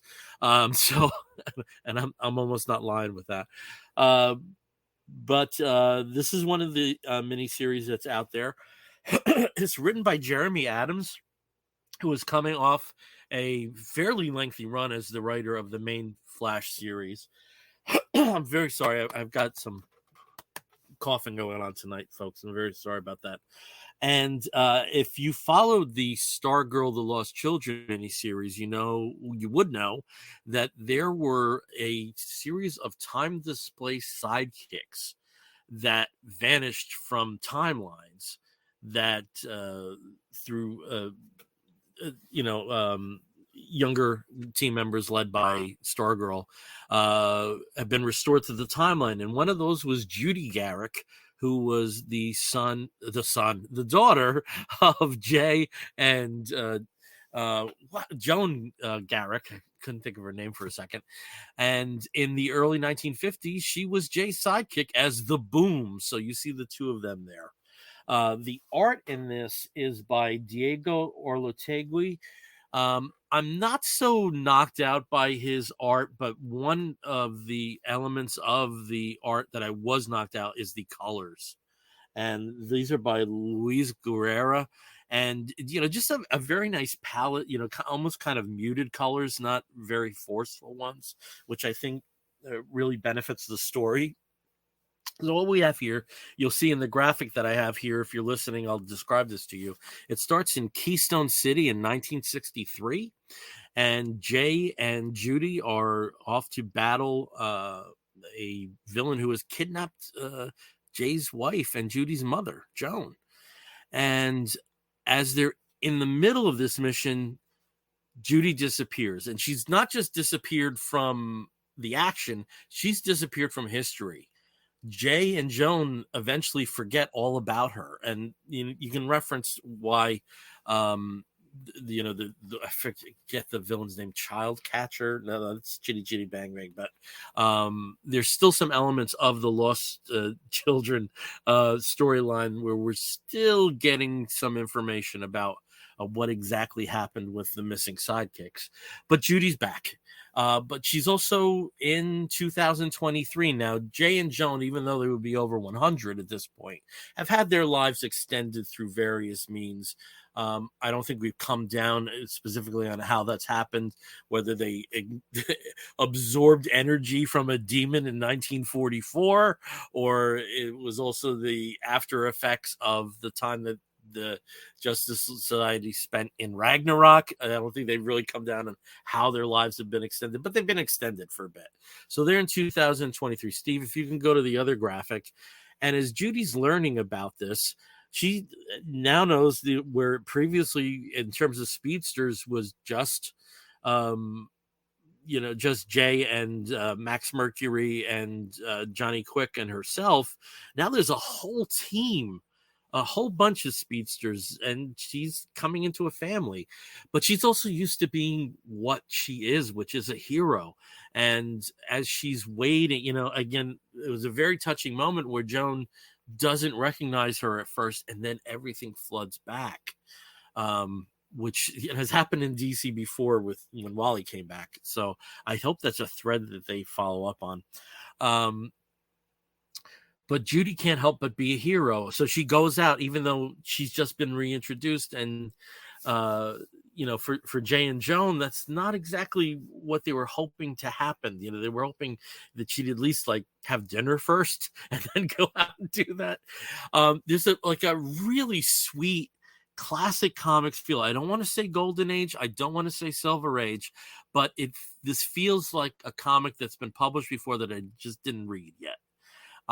So it's nice to have a comic and this was the word that I'm there. Nice, but there is an undercurrent, and the undercurrent is part of the mystery. So when Judy and Jay back in 1963 were, trying to rescue Joan, the villain that they were fighting was a villain named Dr. Elemental, which is such a great Flash villain name. It brings, so many of those normal conceits into one character. And it turns out he's back too. And this really was a joy to read this. And, Jeremy Adams treated the Flash franchise pretty well. But this, I think, is by far his best work as a writer in that world. I really like this, and I'm very excited for where this goes. I think, do we have another graphic there, Steve? Or was that just the two? Okay. Thank you. Yeah. No, I haven't read this yet, but I am really intrigued because obviously, these lost sidekicks that, they've invented for the purposes of continuing these sort of golden age stories in a new way with a younger generation. It's almost like having that fifth generation thing, but in reverse, like going back and finding, these inspirational, very, classic characters or young versions of these classic characters and bringing them back to the present to interact with the current generation, which is pretty neat. And I think it's clever. I think they've really had some creative characters come out of this, and I'm excited to read some more of that. The only downfall is I think the Boom is a terrible name for a hero. Oh no, it's the Boom. It's the Boom. On my stack to read. I broke it out just because Bill was going to start on it. Read it while you were talking about it, Bill. I enjoy the story. I think the colors are wonderful. I was actually on board with the art until the art broke one of my pet peeves in comics. Which is? Utterly pissed me off. Diego didn't bother to look what actually shot bullets looked like. Okay. One of my pet peeves, I post it every time I see it. I will post this later. It pisses me off to no end. Bullets that fire out of a gun don't have shell casings. Mm-hmm. They don't have that, right? So it's one of my things. Justin Jordan and I joke about this all the time when people just don't know what bullets are.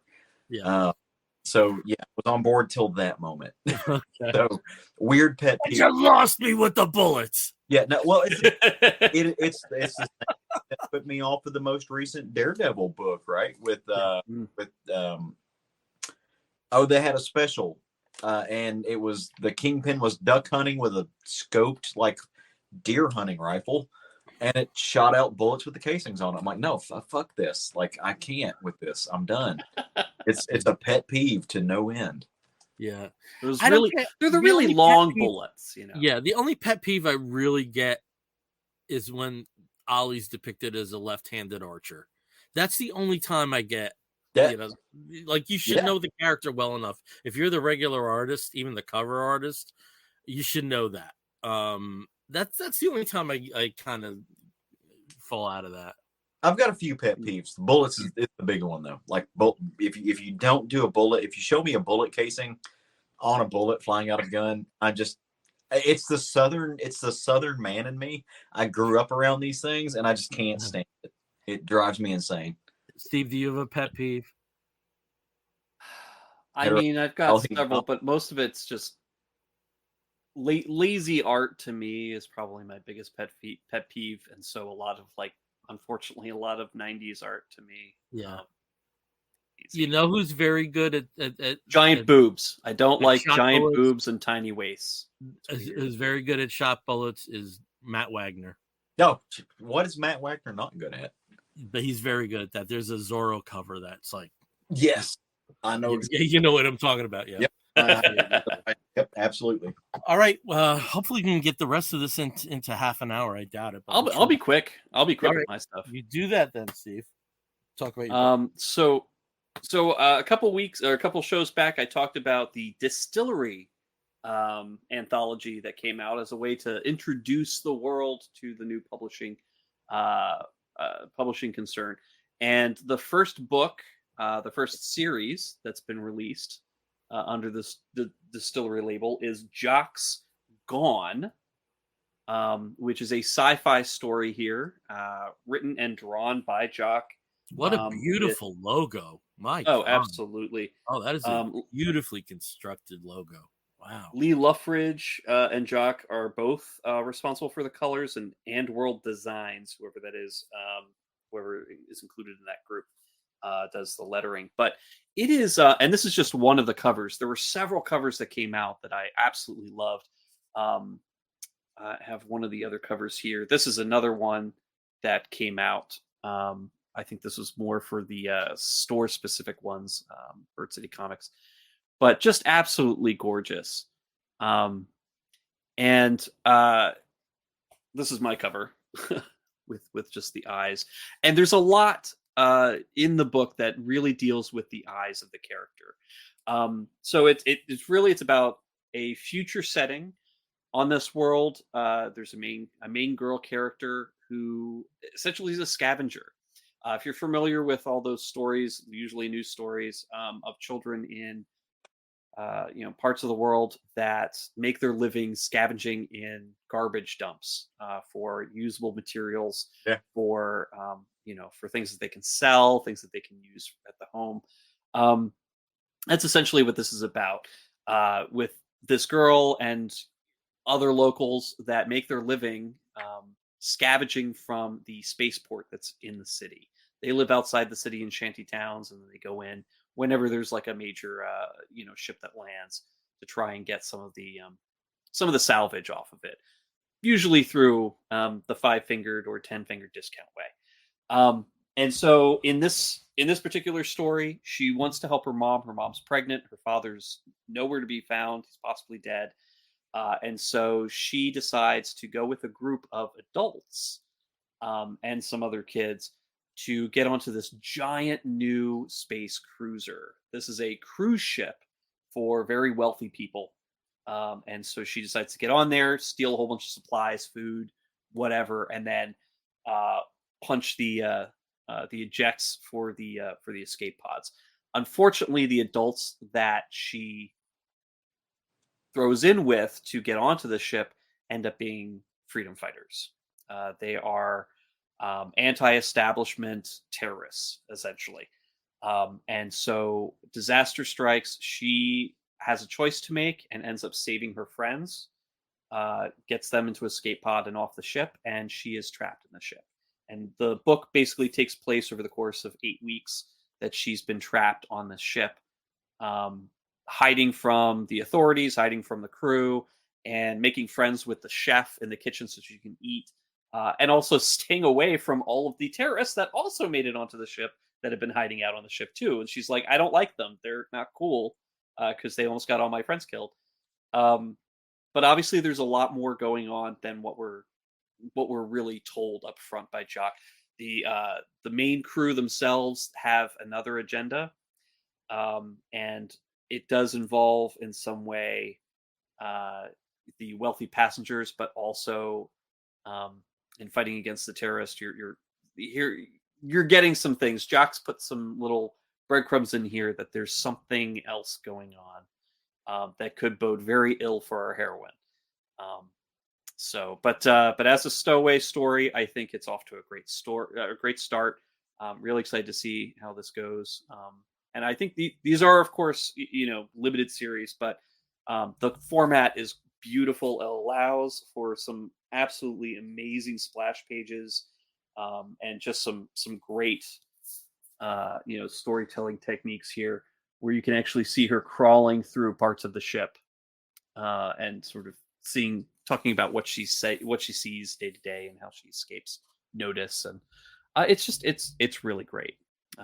So if you love Jock's style, or if you just like a kind of an interesting lo-fi sci-fi book, this is definitely something to pick up and check out.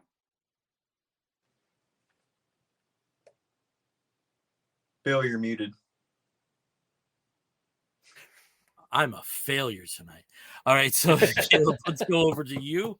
Tell us about a second book that you're reading. Yeah, absolutely. I'll be super quick with this one. Again, I'm following in the Halloween theme, a Halloween special. This one came out from our friends over at Dynamite. I don't read many Dynamite books these days, but they have a particular property that is near and dear to my heart, as we have all talked about, and that is the Gargoyles. And so the Gargoyles came out with a Halloween special. And this book is cool for a couple of reasons, right? Number one is just the plot, right? Again, it's being written by right?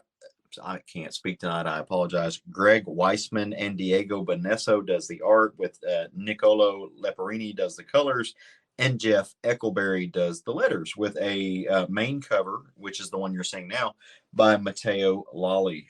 So this story, again, Halloween special, right? It is this new version of the Gargoyles, right? So you're getting to know some characters that you haven't before, which is really cool to me. So the story focuses on this character of Nashville, who is the son of, some beloved characters that we've seen before. He's Brooklyn's son with some of the new Gargoyles that they met during the travels on Avalon, right? But this is a new character that is created for this comic book. We don't know this character, and he's basically a kid. And the plot of the story, if you read it, you'll think, hey, I've read this before, right? It's 100% the we've seen this happen in X-Men. We've seen this happen in other DC titles.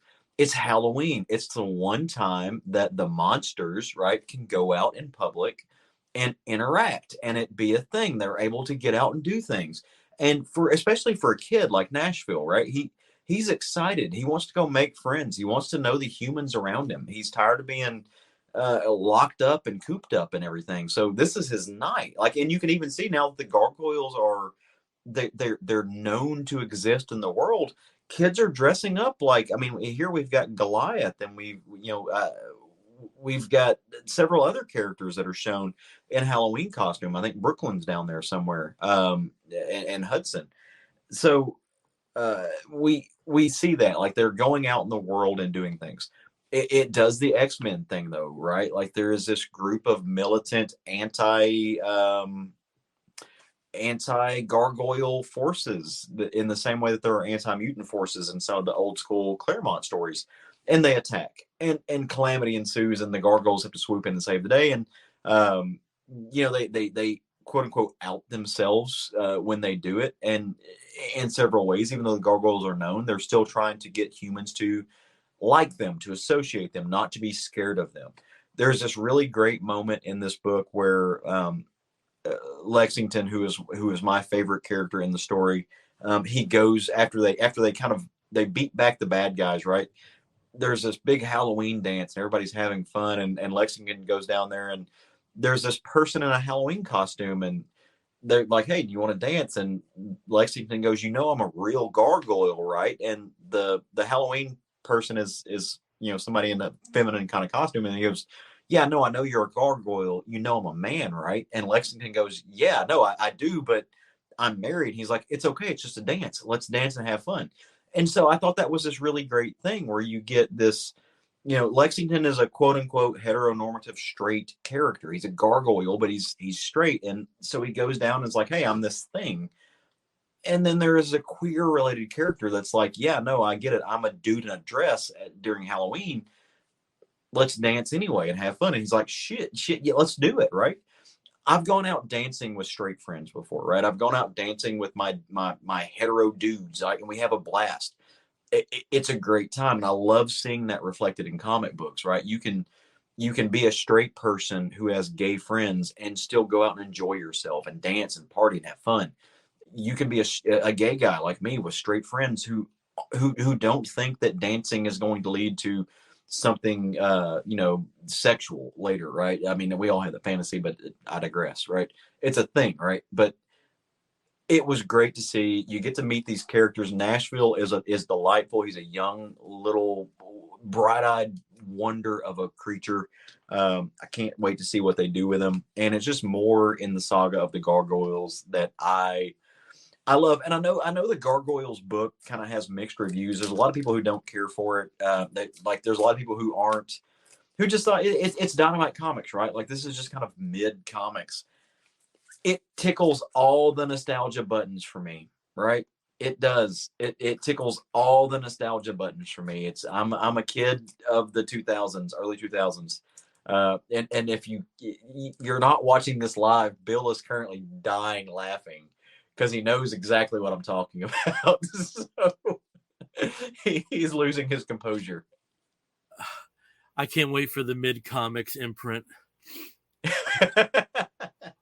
What if Dynamite were the ones that put out you leveled mid comics sub label? That would right. Best use ever of current vernacular. Mid.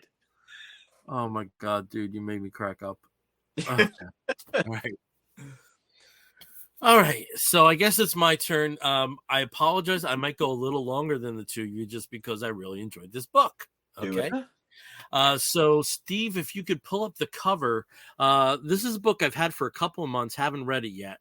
Finally decided to read it. It's written by Milton Lawson with art by Eric Whalen. This was the subject of a successful Kickstarter that Scout Comics eventually picked up. And as you can see on the cover, it's a familiar name to most people who are over a certain age. Orson Welles, Warrior of the Worlds. And it ties into Halloween because of the War of the Worlds broadcast. I'll get to that in a minute. Steve, if you could please show the first graphic. We start at the end. Los Angeles, October 10th, 1985, which was the day that Orson Welles died. It's my birthday. Oh, okay. All right. Maybe you got some of that spirit in there. Well, I'll tell you what happens here. So you see Orson's up in bed, typing away. He's got some kind of new project, and there's an orb that's in his hand. And he says 9 lights.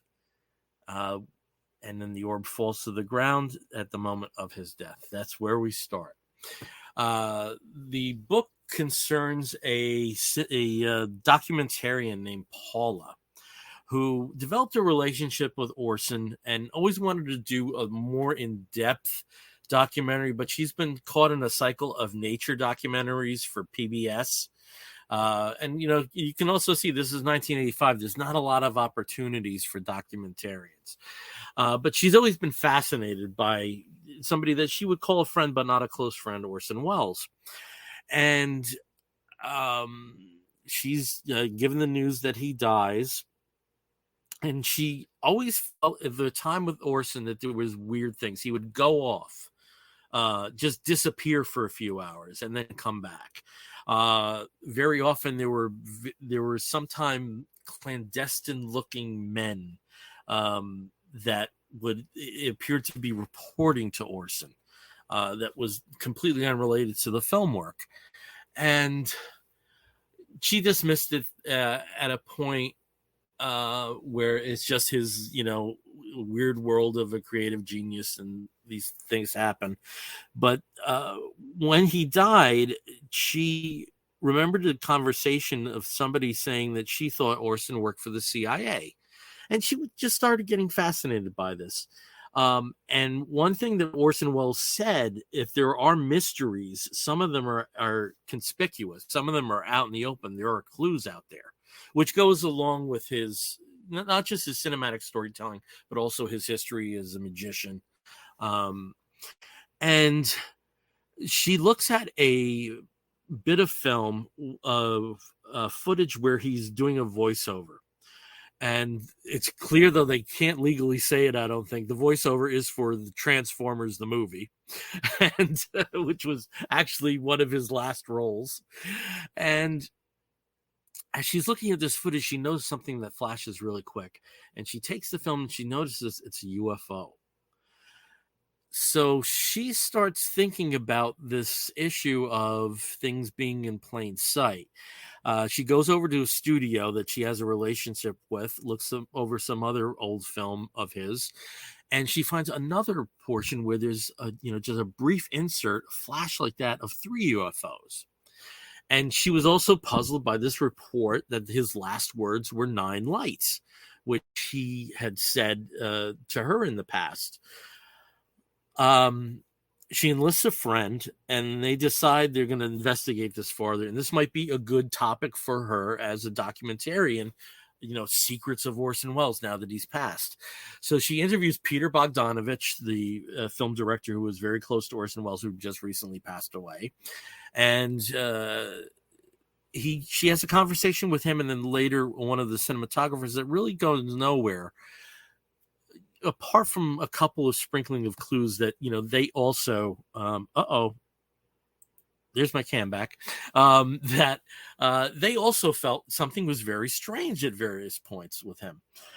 So she goes over to his bungalow, and there's men in black, and there's a weird looking fucking creature. And the weird looking creature has this orb that was in Orson's hands the night he died. They're battling it out. They see weird stuff, and they both disperse. And she grabs a box that had been dropped by the creature and the orb, though she saw that when he touched the orb, he evaporated. So she was going to be careful with it. They get back to her place, and it turns out that there's 4 reels of film from Orson's house. They start watching it, and this is film shot clearly in the late 1930s, but it's state-of-the-art special effects. And she's like, he never mentioned he was doing anything with science fiction. This doesn't make any sense. So she decides she's going to be brave, and she's going to touch the orb and say 9 lights. And from that point on, the book goes from black and white to color. And Steve, if you can just point this out. Unfortunately, this does not have dialogue here, but this will give you an idea of what it looks like from this point out. She's transported back to New Jersey in 1938 on October 30th, which was the night of the broadcast. And it's clear that Orson is in charge of this expedition or this mission where they're basically battling aliens. She mentions to him that we actually know each other, but it's 1938, and somehow she's de-aged from her mid-50s to about her mid-20s. Lots of weird stuff, and through this battle, we get these little taste buds. She mentions H.G. Wells, and Orson Welles is like, who the hell is that? Of course, H.G. Wells was the writer of War of the Worlds, which the radio broadcast was based on. So there's these like little like seeds of like, are we gonna be dealing with time travel, with other stuff? So as things come out, there's a projection at the end, and it's Orson, or the spirit of Orson, that basically says yes, he led a government agency. The filmmaking was basically just a cover that basically battled alien invasions. It's been infiltrated, and you have to help. You have to help expose this, and that's where we end the story. Okay, so with the way this is set up, there's no indication that there's going to be a second issue. If you've been familiar, and I'm sorry if I didn't mention this was from Scout Comics. If you've been familiar with some of the books we've talked about from Scoot, sometimes they will do a one shot of a book and then a trade paperback will come out. They did that with Action Tank. They did that with Clearing the Dragons. I imagine this is much along the same lines. One of the coolest things I found out online is the Orson Welles fan community has completely embraced this. They love this. They felt they got the voice of Orson Welles down. They felt they got the tone of a lot of his work infiltrating this particular story. And there's also a somewhat personal connection for me because if you're familiar with the War of the Worlds broadcast, the Martians first touched down at Grover's Mill, New Jersey, which I have to say is 2.2 miles away from me. And I can go to it anytime. There's a nice little park there. You can sit on the water. It's really cute. But I'm close to where the aliens landed. So that's a little Halloween connection to this. And I'm kind of kicking myself for sitting on this book for a couple months because I really enjoyed this. And whatever form the continuation of the story takes, I'm there. I really enjoyed this. Again, Orson Welles, Warrior of the Worlds by Milton Lawson and Eric Whalen from Scout Comics. That's pretty cool. Yeah, sorry for talking more than I usually do. I usually am the quickest with this, but it's a pretty robust story, and I'm there for it. Especially when you get Orson Welles and H.G. Wells in the same catalog, right? Like you have to take some time with it. So yeah. Well, also I love the Citizen Kane reference in that first page. It's just right there, right there on the first. Oh, it's not a snow globe. It's some kind of glowing orb. As you go through it, there's a very specific reference to the Magnificent Ambersons. I'm not as familiar with Touch of Evil as some of the other films, but according to the Wells people, they were going crazy about a Touch of Evil Easter egg. So really cool. That's pretty cool. All right. So I think we have to wrap this show up. And when we wrap an episode of the Comic Book Bears up, we do so with a segment called the Woofs of the Week. But we're not there yet. We got another segment we instituted months ago, and we're going to do it now. And it's our Geek Gets. So we, on every show, except sometimes Steve, because he's a bummer, we show, something geeky that we got during the week. But Steve, I understand you do have something, so why don't you show us your Geek Get? So, every once in a while, McDonald's or Wendy's or any of the other fast food, junky food places will have some pretty cool little things to pick up. Wendy's was last month with all of their really cool DC figurines. This month, it is the Disney 100 boxes with collectible figurines that McDonald's is putting out on their Happy Meals. And each box has 2 mystery figures from all 100 years of Disney properties, including Marvel and Star Wars and Pixar and the other stuff too. But I haven't opened this yet, so we will see if I got anything cool. Hopefully I did. Oh, and it's tissue paper. It's like an actual present. Pretty cool. Okay, it looks like I got a Mickey Mouse. Oh.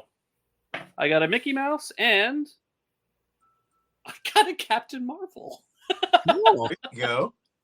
So that's pretty neat. So I got the 2 little characters. They're really cool. They're kind of weighty actually for what basically looks like cheap plastic. But yeah, that's actually pretty neat. And it comes in tissue paper. It's almost like a Hallmark Hallmark thing. But yeah, cool. So that was my Geek Get. I'm kind of liking the blind boxing of Happy Meal and the related toys. It's kind of cool. Oh, and there's tons of. Oh potential. wow. Yeah, there's a lot. There's I think 64 altogether. Jesus Christ, that's a lot of Happy Meals. That's 32. It's 32 Happy Meals because they come 2 to a box, but still, it's a lot. You're gonna get dupes. Yeah. All right, Those over were to Caleb. Caleb, why don't you show us what one of your geek gets was? all right. My geek get is a new to me thing, but not a new to this world, and that is a copy of OTEP, the self-titled album, female-driven metal. I love it. This album is from 2016. Has songs such as Zero, Royals. A copy of their cover of Royals is on this album. God is a Gun is on this album. Lie and Generation Doom are both on this album. Fantastic. It like I said, female driven metal, a little bit new metal, if that's not your taste, but I mean it's a little bit more screamier than new metal, although it does still have some of that, like drop D, drop C bass lines kind of thing. It's fucking amazing. I love this album. I'm super happy to have it, and I will be listening to it copiously. Nice. For my geek get, if you've been peeking over my shoulder, you've actually seen him through most of the episodes. I have been loving what McFarlane Toys have been doing with I would say, what's the word? Reincarnating. No, that's not the word, but you know what I mean. Yeah. The Superpowers line that existed from the Resurrecting. 80s. So we're on wave 5. I didn't pre-order everything because there's a lot of variants, but I got the new stuff. Let's put it that way. So we have the Thomas Wayne Batman as a figure, and we got the Whirly Bat as a vehicle. But best of all, the first time that McFarlane has done this, we have a 3-pack of figures, and it's the classic versions of Peacemaker, Judo Master, and Vigilante. And I really want to rip this open, but I'm going to get a second one before I do. But I think these are just beautiful sculpts, and just really cool. Nothing I thought I'd ever have in my hand. So very cool stuff from McFarlane Toys. Superpowers. All right. Now we're going to get to the last segment that I threatened earlier. Yes, it's the Woof of the Week.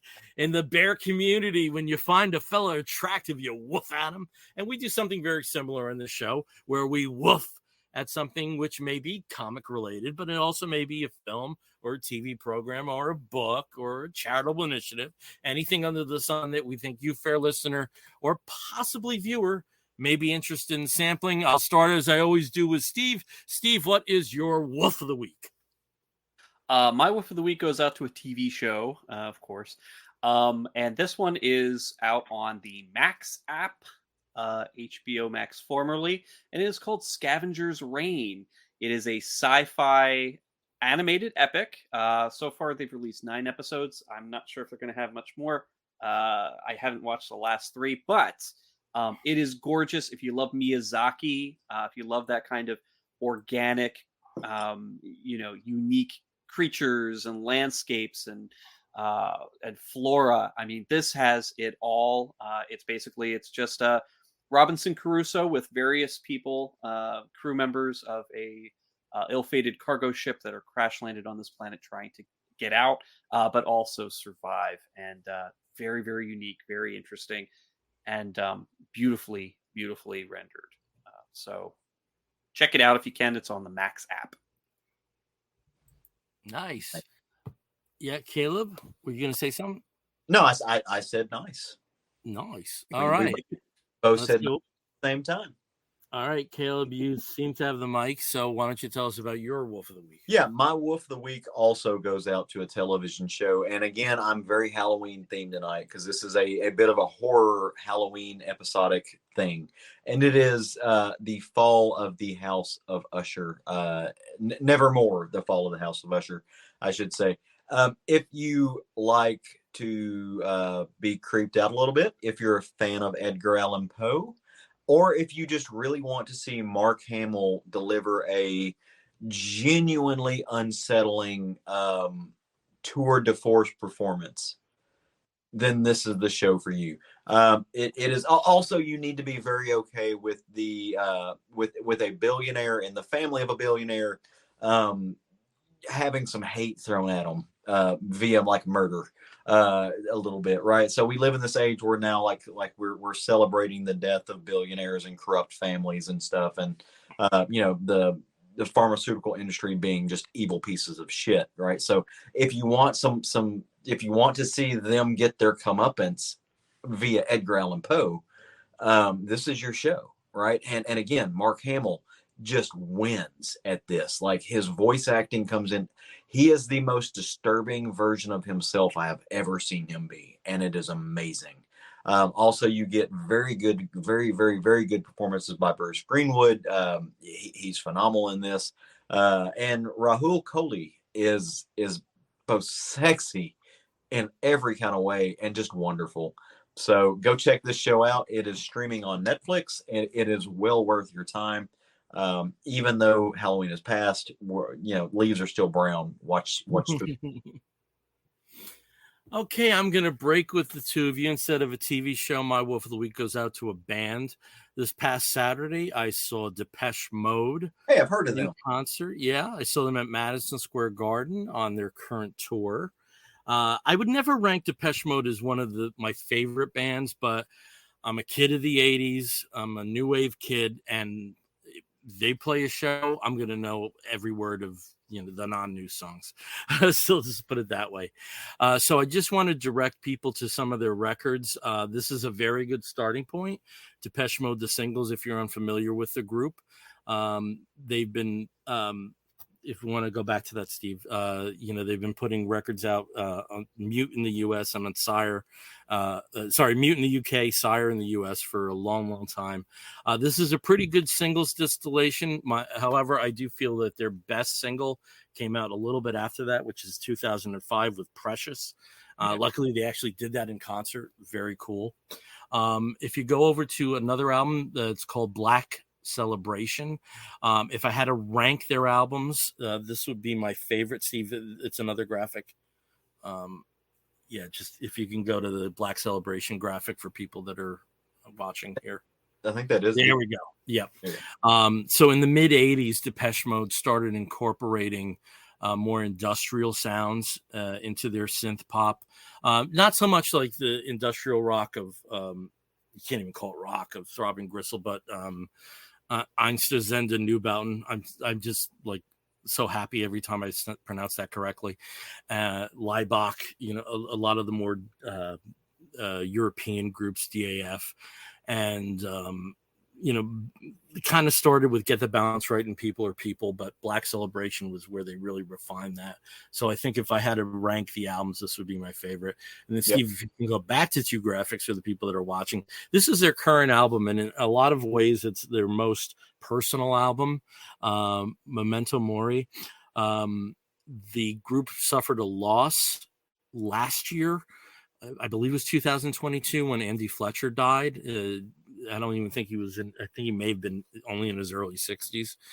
And a good portion of this album is a eulogy to him. I was surprised how well a lot of the music worked live, because it's not exactly happy, but they put on a great show. And if you're in Canada, the parts of the Midwest into the West Coast and Southwest, you still have an opportunity to see them on this tour. So I would suggest you do that, because now we're getting even the new wave bands. You just don't know how much longer you have with them.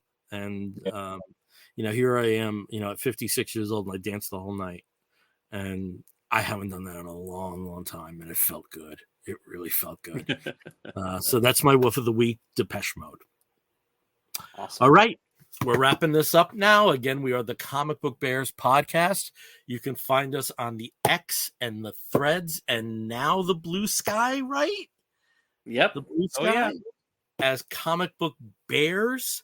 You can find us on the Facebook as Comic Book Bears Podcast. If you want to listen to us, you can do so by downloading us through Apple Podcasts, when we've been used to something for so long, it's tough to break this. And many of the other podcatching platforms, if you want to write to us, please do so by sending an email to comicbookbears@gmail.com. I didn't mention Instagram. I'm sorry about that, Caleb.